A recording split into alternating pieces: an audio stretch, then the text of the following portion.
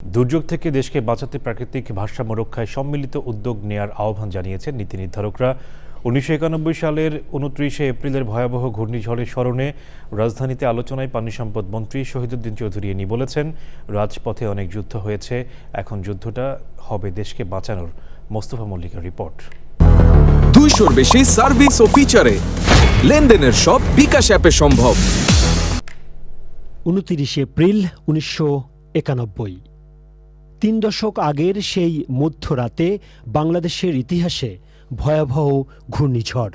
কক্সবাজার, চট্টগ্রাম, নোয়াখালী, বরিশাল, পটুয়াখালী ও বরগুনা সহ উপকূলীয় অঞ্চলের উপর আঘাত হানা ১৫ থেকে ৩০ ফুট উচ্চতার জলোচ্ছ্বাসে প্রায় ১.৫ লাখ মানুষের মৃত্যু হয়। সম্পদের ক্ষয়ক্ষতি হয় ৪,০০০ কোটি টাকার। বিভিন্নভাবে ক্ষতিগ্রস্ত হন প্রায় ৬০ লাখ মানুষ। দিনটিকে স্মরণ করে উপকূলীয় উন্নয়ন ফাউন্ডেশন আয়োজন করে উপকূল বাঁচলে বাংলাদেশ বাঁচবে শিরোনামের সেমিনার। এতে প্রাকৃতিক দুর্যোগ মোকাবেলা সহ মানুষের দুর্ভোগ কমাতে সংসদ সদস্যদের নিজ এলাকায় আরও বেশি কাজ করার তাগিদ উঠে আসে। এই খাল খনন কর্মসূচির কারণে আমরা সেখানে কর্মসংস্থান হবে, সেখানে পরিবেশের ভারসাম্যতা আসবে। ভূগর্ভস্থ পানির যে লেয়ার দিন দিন নিচে নেমে যাচ্ছে, সবচেয়ে বেশি কঠিন বিপদে পড়বো আমরা উপকূলীয় অঞ্চলের মানুষ।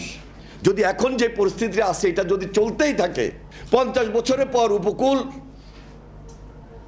উপকূলের যে স্থল সাইড সেটা পানির নিচে চলে যাবে। বিশেষজ্ঞদের কথা, খাল খনন কর্মসূচি, বৃক্ষরোপণ কর্মসূচি দিয়ে প্রকৃতিকে মোকাবেলা না করি বসবাস করার মতো কোনো সুযোগ উপকূলীয় অঞ্চলের মানুষ জায়গা খুঁজে আমরা পাবো না। রাস্তায় মিছিল করব, মিটিং করব, করেছি তো অনেক করেছি, করেই তো আজকে একটা পর্যায়ে এসেছি। সুতরাং দেশ গড়ার জন্য, উপকূলকে রক্ষা করার জন্য, উপকূলে বাঁচার জন্য, প্রকৃতির সঙ্গে যুদ্ধ করে প্রকৃতিকে অর্গানাইজ করে আবার মোকাবেলা করার জন্য নতুন বিপ্লব তারেক রহমানের নেতৃত্বে আমাদেরকে আবার নতুনভাবে করতে হবে ইনশাল্লাহ।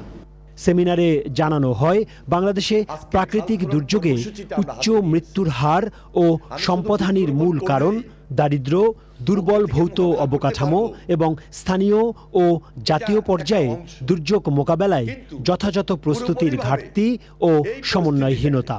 এই প্রকৃতির সঙ্গে যুদ্ধ করতে হলে মোস্তফা মল্লিক, চ্যানেল আই, ঢাকা।